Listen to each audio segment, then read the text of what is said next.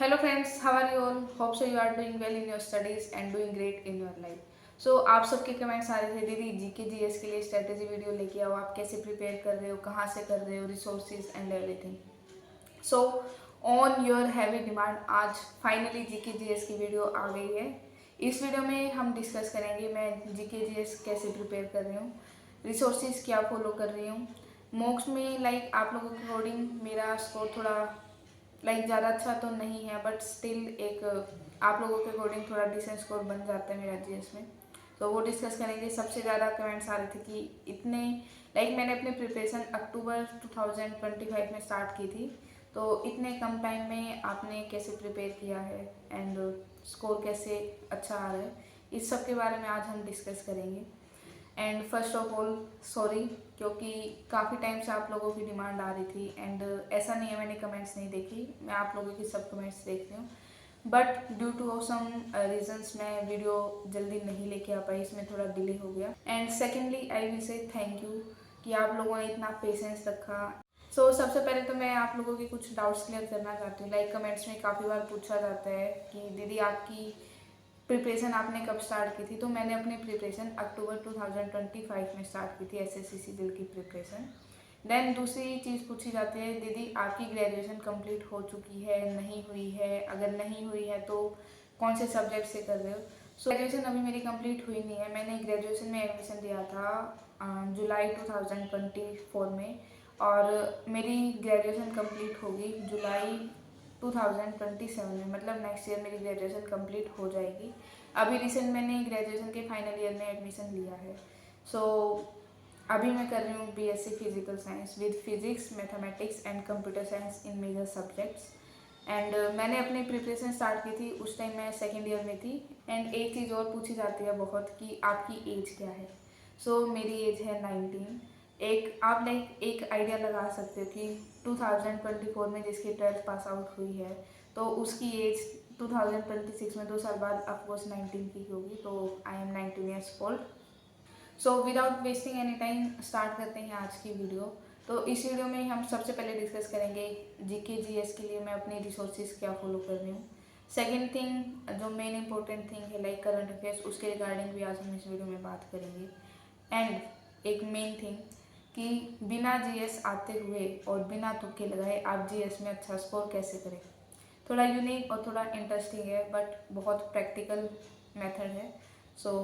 आज की वीडियो में हम डिस्कस करेंगे and I will say you will definitely found it very helpful. सबसे पहले मैं आपको अपना study background and preparation background बता देती हूँ. At the time of my 12th I had prepare for NDA examination.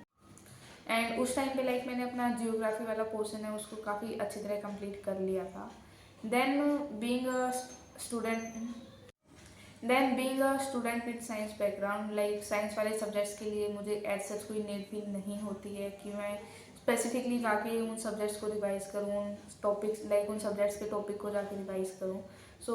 ये चीज़ है कि एनडीए के टाइम सीजीएल की प्रिपरेशन स्टार्ट करने से पहले मेरा साइंस वाला पोर्शन एंड जियोग्राफी वाला पार्ट ये अच्छी तरह हो रखा था.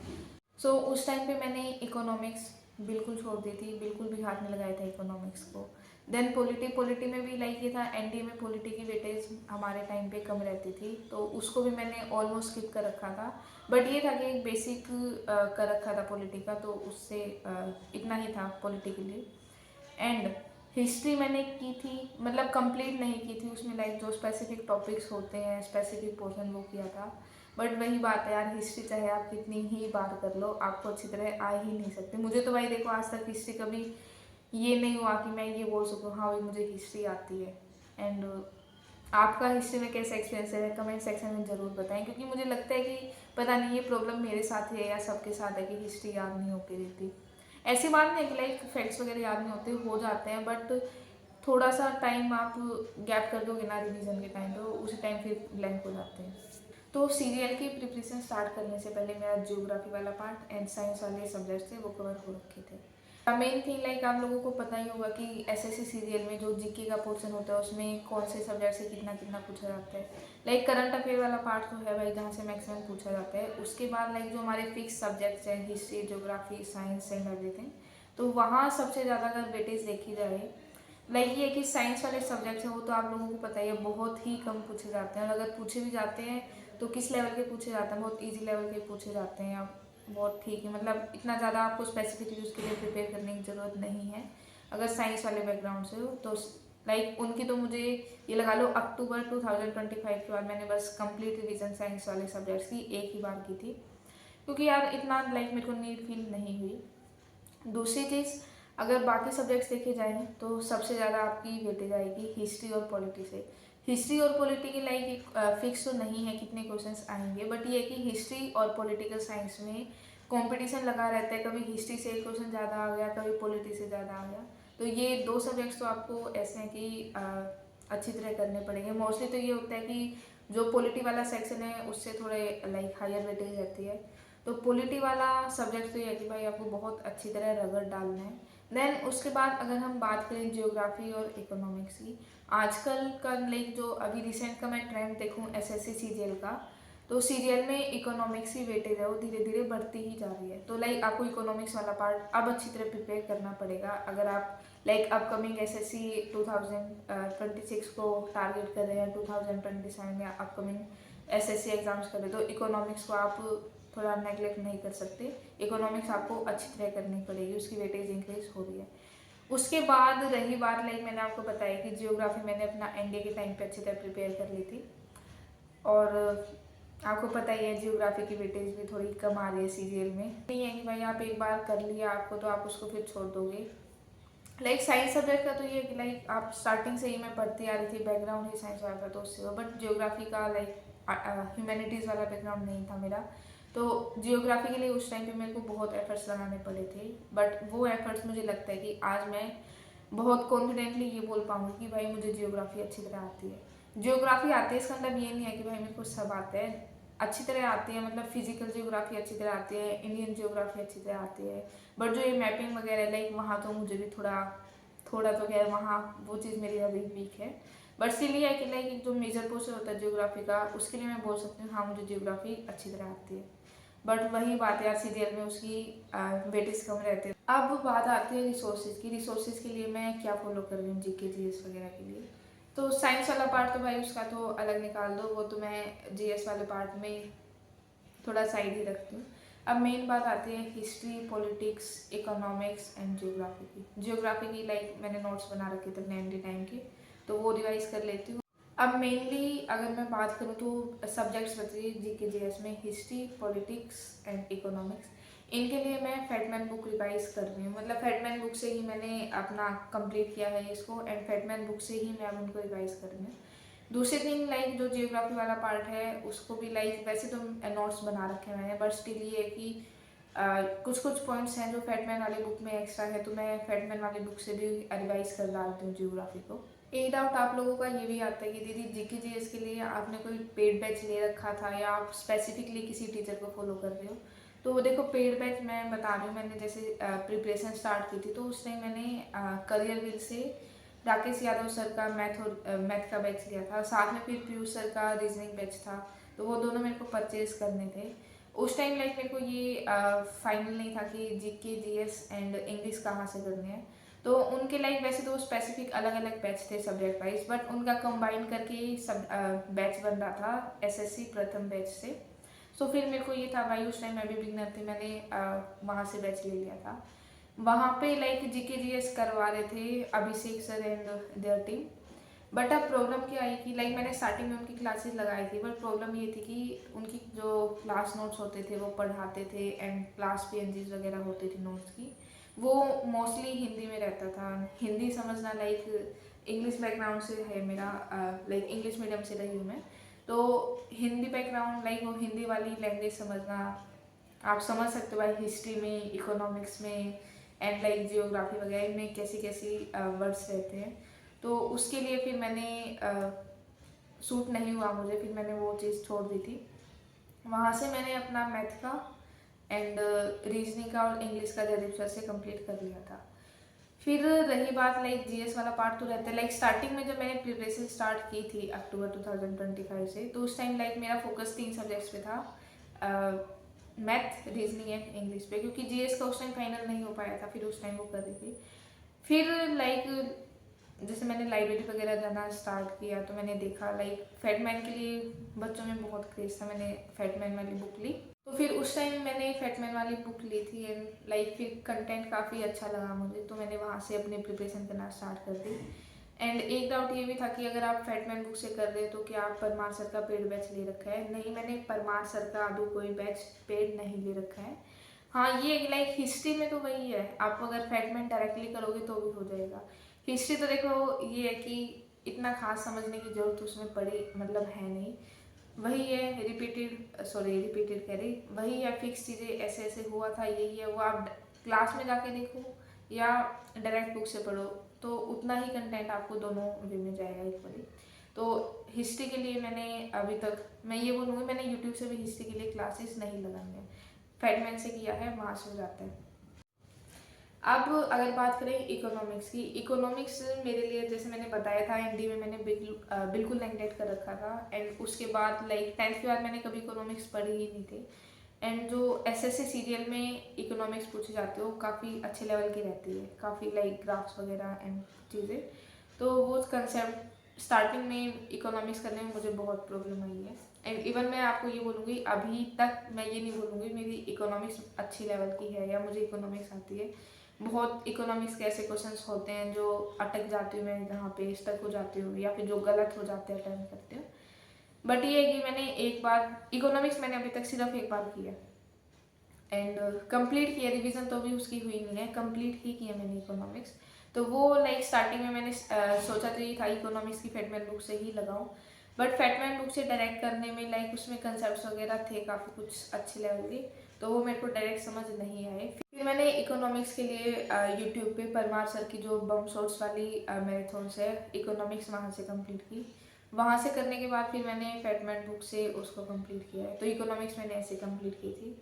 फिर अगर हम बात करें आप पॉलिटी की, तो पॉलिटी मैंने यही है यार, पॉलिटी में तो फैक्ट्स वगैरह याद करने होते हैं, कौन सा आर्टिकल किसके रिगार्डिंग है, कितने पार्ट मतलब कौन सा पार्ट कॉन्स्टिट्यूशन का किस चीज़ के रिगार्डिंग है, कौन सा शेड्यूल है, एवरीथिंग।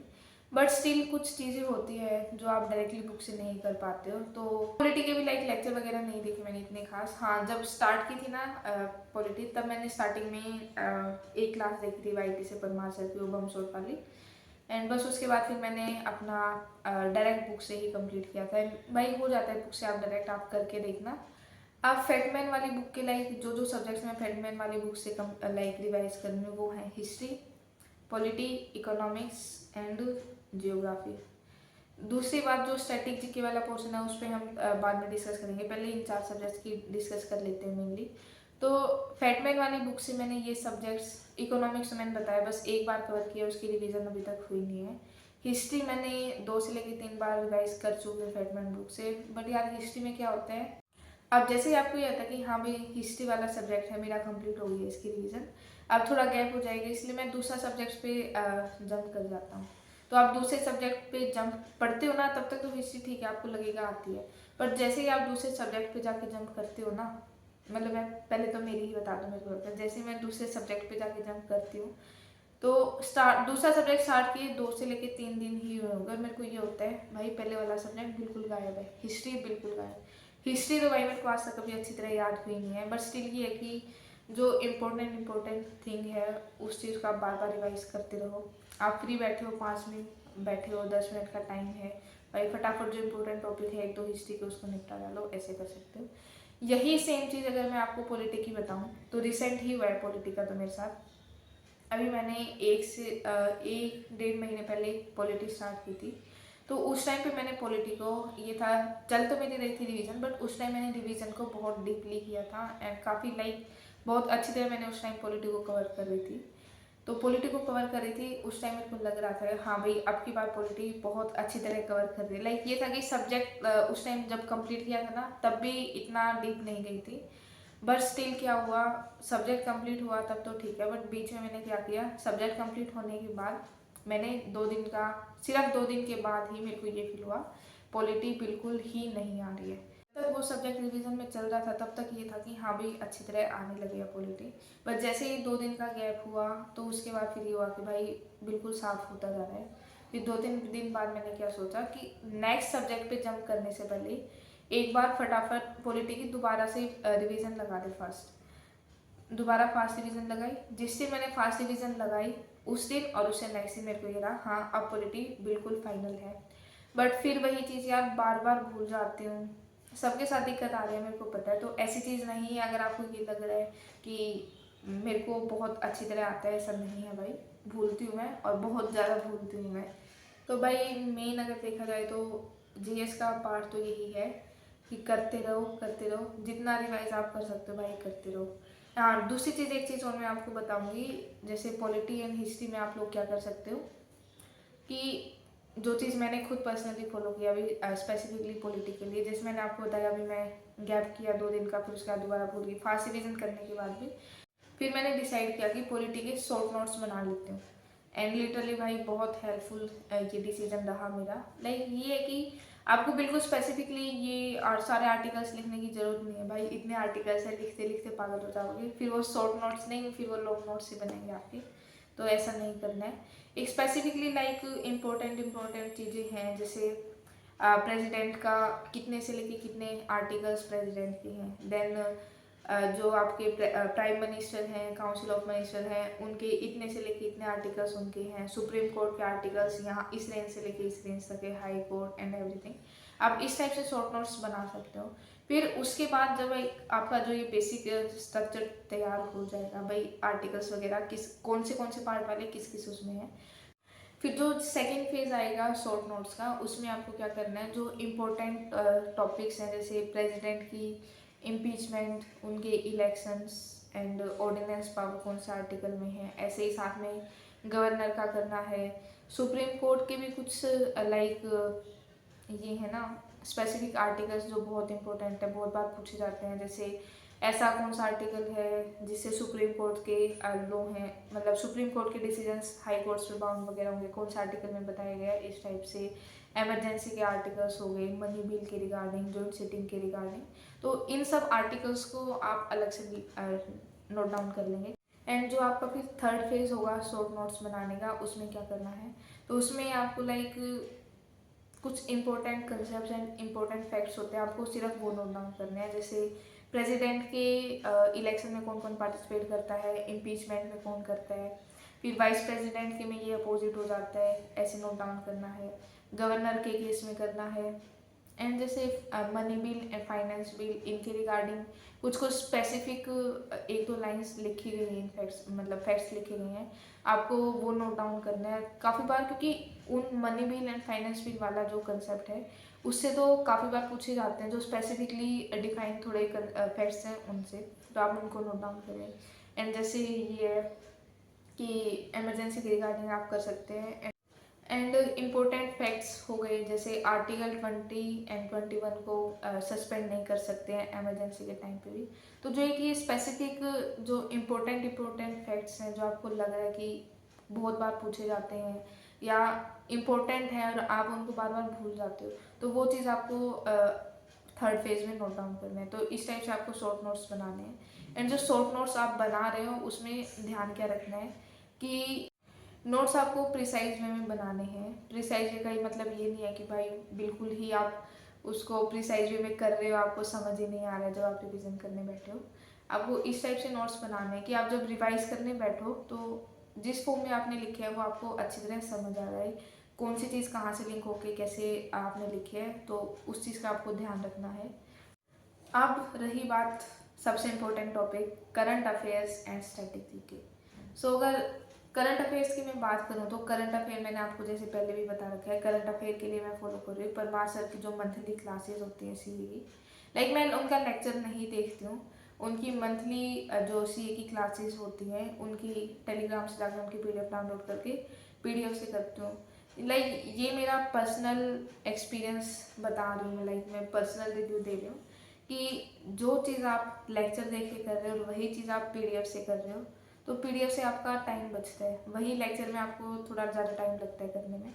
बट काफ़ी बार क्या होता है कि कुछ लोगों को लेक्चर से ज़्यादा अच्छी तरह समझ आता है एंड पीडीएफ से हम टाइम सेविंग के लिए तो कर लेते हैं। बट एक पॉजिटिव पॉइंट अगर मैं लेक्चर का देखने का बताऊँ तो उसमें क्या रहता है ये लेक्चर कर लाइक देखते टाइम लाइक टीचर्स कुछ कुछ टॉपिक्स की रिगार्डिंग कुछ ऐसी बात लाइक कुछ ऐसा पॉइंट वगैरह बता देते हैं बीच में, जिससे कि वो चीज़ आपके माइंड में बिल्कुल फिट हो जाती है। अगर समझ लो मैं कोई क्लास कर रही हूँ, अब सर वो टॉपिक समझा रहे हैं, उसके रिगार्डिंग कुछ फ़नी चीज़ हो गई क्लास में, या फिर कुछ सर ने फ़नी बात बोल दिया, कुछ चीज़ रिलेट करके बोल दी, तो ये हो सकता है कि जब एग्ज़ाम टाइम में बैठूँ वो मैं, तो एग्ज़ाम टाइम पे जो क्वेश्चन सामने दे रखा है एग्जैक्ट मेरे को नहीं आता हो, बट फिर मेरे को ये रिकॉल हो कि हाँ उस क्लास में मैंने किया था, सर ने इस टाइप से इस बात को रीड करके, तो ये प्लस पॉइंट है लेक्चर देखने का।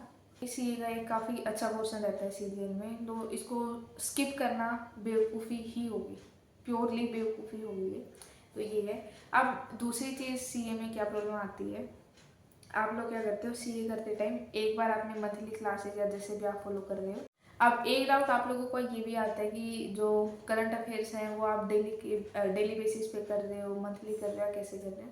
तो ये देखो इतने सीए हैं, इतने करंट अफेयर्स हैं, अगर आप डेली बेसिस पे करने लगोगे ना, तो भाई देखो मैं अपने एक्सपीरियंस बता रही हूँ, मैंने फील किया, अगर डेली बेसिस पे मैं करंट अफेयर्स कवर करने लग जाऊंगी ना, तो वो सिर्फ और सिर्फ मेरे लिए प्रेशर ही बनेगा, मुझ पर स्ट्रेस, उस चीज़ का स्ट्रेस बढ़ेगा उस चीज़ से, क्योंकि आप डेली करोगे इतने सारे, भाई आप इतनी थिंग्स आप माइंड में रख ही नहीं सकते हो, तो मंथली करो इनफ है। दूसरी चीज़ आप लोग पूछ रहे थे कि आप नोट्स वगैरह भी बनाते हो करंट अफेयर्स के, तो नहीं भाई नोट्स वगैरह की ज़रूरत नहीं है, कितना लिखोगे, उससे अच्छा है अपना जो लिखने का टाइम आप यूज़ कर रहे हो एक बार एक्स्ट्रा रिविजन करने में लगा दो।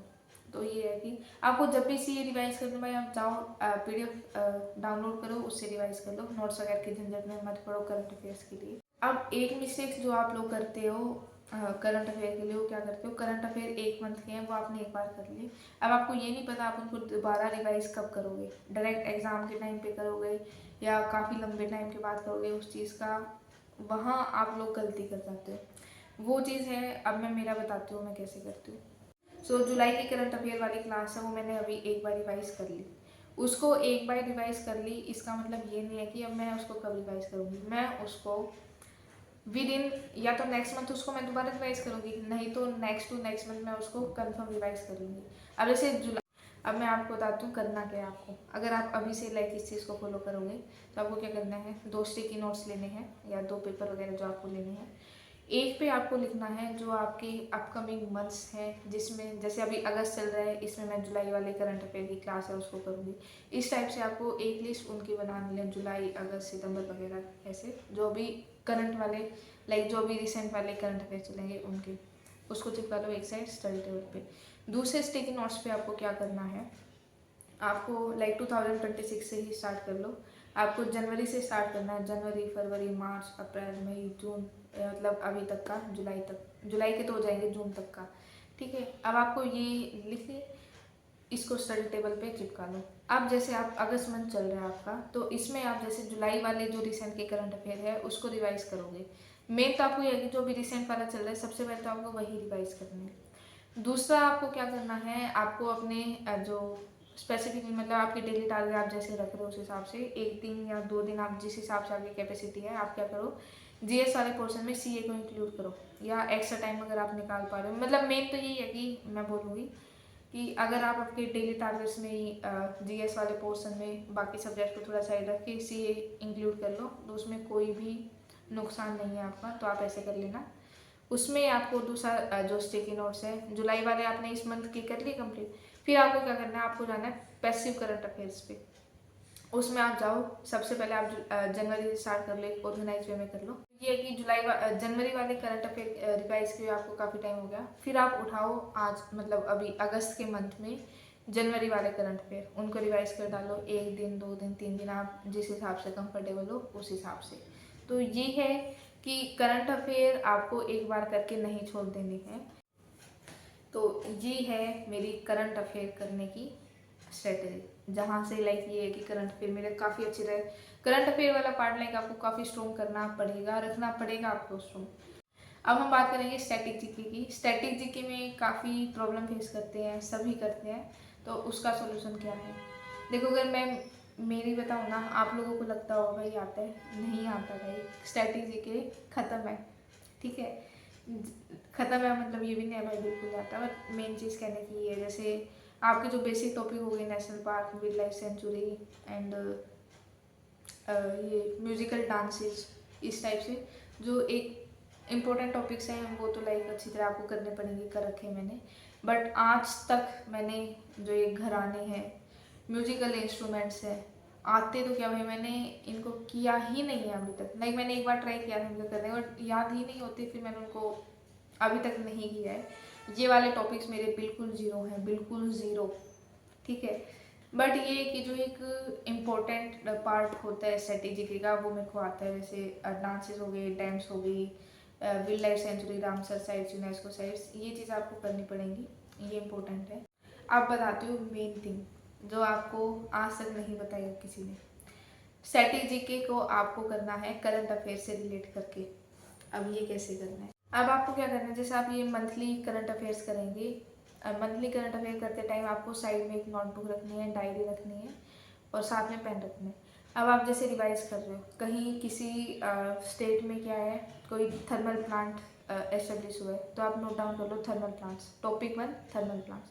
फिर किसी रीजन में कोई नेशनल हाईवे से रिलेटेड या रेलवे से रिलेटेड कोई क्या बोलते हैं, कोई अचीवमेंट या समथिंग इम्प्रूवमेंट वगैरह हुई है, तो आप वो टॉपिक नोट डाउन कर लो। ऐसा करने से एट द एंड आपके पास ये लगा लो 18 से लेके 20 टॉपिक अच्छे निकल आएंगे, जिससे आप लाइक उसको देखोगे तो आपको पता चलेगा कि एक जो मेजर पोर्शन है स्ट्रेटेजी का उन टॉपिक से कवर होता मिलेगा। अब क्या करना है, ये आपके टॉपिक्स हो गए लगभग 18 से लेके 20 टॉपिक्स जो इम्पोर्टेंट हैं। उनमें आपको अब ये कैसे प्रिपेयर करने हैं, आप जो डेली टारगेट्स रिवाइज कर रहे हो, तो मेजरली अगर मैं जितना मेरे को आइडिया तो सभी ऐसे ही कर रहे होंगे, मैथ, रीजनिंग, जीके, जीएस और इंग्लिश, ये ऐसे 4 पार्ट में अपना डे के टारगेट्स डिवाइड करते होंगे, मतलब सभी टॉपिक्स कवर हो जाएं। तो जो जीके जीएस वाला पार्ट है उसमें आप थोड़ा सा एक एक्स्ट्रा पार्ट लाइक जो आप स्ट्रेटेजी को देते हो उसमें ये टारगेट्स आपको ऐड करने हैं। आज एक टॉपिक है जैसे नेशनल हाईवे है, वो निपटा दिया, देन नेक्स्ट डे आपने नेशनल पार्क्स हैं उनको निपटा दिया, थर्ड डे लाइक जो रेलवेज के जोन है, इस टाइप से मतलब जो जो टॉपिक्स आपके ऐसे निकल के आ रहे हैं, इंटरनेशनल ऑर्गेनाइजेशंस हैं, उनके हेड क्वार्टर्स कहाँ हैं, कब एस्टेब्लिश हुए, तो ये चीज़ आप ऐसे स्ट्रेटेजी को कवर करें। एसएससी का पेपर बनाने वाले क्या कर रहे हैं, यही तो कर रहे हैं, आपको स्ट्रेटेजी के पूछे जा रहे हैं करंट अफेयर से रिलेट करके। अब आप क्या करना, लगभग 6 से लेके 7 प्रीवियस ईयर पेपर उठाना, उसमें देखना कि जीएस वाले पोर्शन है जो स्टैटिक पार्ट है स्ट्रेटेजी की है वो कैसे पूछी जा रही है। मोस्टली आपको यही लाइक मिलेगा कि जो स्ट्रेटेजी के है वो करंट अफेयर से रिलेट करके पूछी जा रही है, करंट अफेयर है उसको स्ट्रेटेजी के फॉर्म में कन्वर्ट करके पूछा जा रहा है। तो ये है जो मेन चीज़ मैं आपको बताने जा रही थी। इस वीडियो में मेनली इंपॉर्टेंट बातें हैं, एक जो मैंने अभी बताई है जो स्ट्रेटेजी की है वो करंट अफेयर से रिलेट करके पूछी जाती है और आपको कैसे प्रिपेयर करना है। दूसरी जो मैंने आपको बताया था करंट अफेयर्स को आपको कैसे रिवाइज करना है, लाइक जो पिछले मंथ्स के आपने रिवाइज कर लिया उनको वहीं नहीं छोड़ना, उनको साथ लेके चलना है साथ के साथ। एंड जो थर्ड पॉइंट होगा one of the most important point, उसको हम बाद में डिस्कस करेंगे। तो ये जो 2 मेन पॉइंट है ये ही थे जो यूनिक पॉइंट है जो इस वीडियो में मैं आपके साथ शेयर करना चाह रही थी, जो मैं फॉलो कर रही हूँ। यही 2 चीज़ ऐसी थी जो मेरी ओवरऑल प्रिपरेशन का एक मेजॉरिटी पार्ट कवर कर रही है। तो ये थी आज की हमारी वीडियो, इसमें काफ़ी इंपॉर्टेंट चीज़ें, इंपॉर्टेंट टॉपिक्स हमने डिस्कस किए हैं। एंड अगर आपको वीडियो अच्छी लगे तो लाइक करें, चैनल पे नए हैं तो चैनल को सब्सक्राइब करें, एंड कमेंट में आपको क्या क्या बताना है, आप आज की वीडियो आपको कैसी लगी ये बताना है। जो 3 चीज़ें बताई हैं करंट अफेयर जो रिसेंट मंथ के हैं वो कैसे करने हैं, और उनके साथ साथ जो पुराने मंथ्स के करंट अफेयर हैं उनको साथ के साथ कैसे रिवाइज करना है। सेकेंड चीज़, करंट अफेयर को स्ट्रेटेजी को करंट अफेयर से रिलेट करके कैसे पढ़ना है, एंड करंट अफेयर को स्ट्रेटेजी कैसे करके रिलेट करके कैसे पढ़ना है। तो प्लीज़ आप लोग भी आपके सजेशंस देना, क्योंकि मैं भी भाई कोई ज़्यादा एक्सपीरियंस नहीं हूँ। आप लोगों के सजेशन से, एडवाइस से मुझे भी काफ़ी कुछ सीखने को मिलता है। तो प्लीज़ अगर कुछ ऐसा सजेशन वगैरह है, एडवाइस है, तो प्लीज़ कमेंट में ज़रूर लिखें। थैंक यू फॉर वॉचिंग, मिलते हैं नेक्स्ट वीडियो में, तब तक के लिए बाय बाय, पढ़ते रहिए, मुस्कुराते रहिए।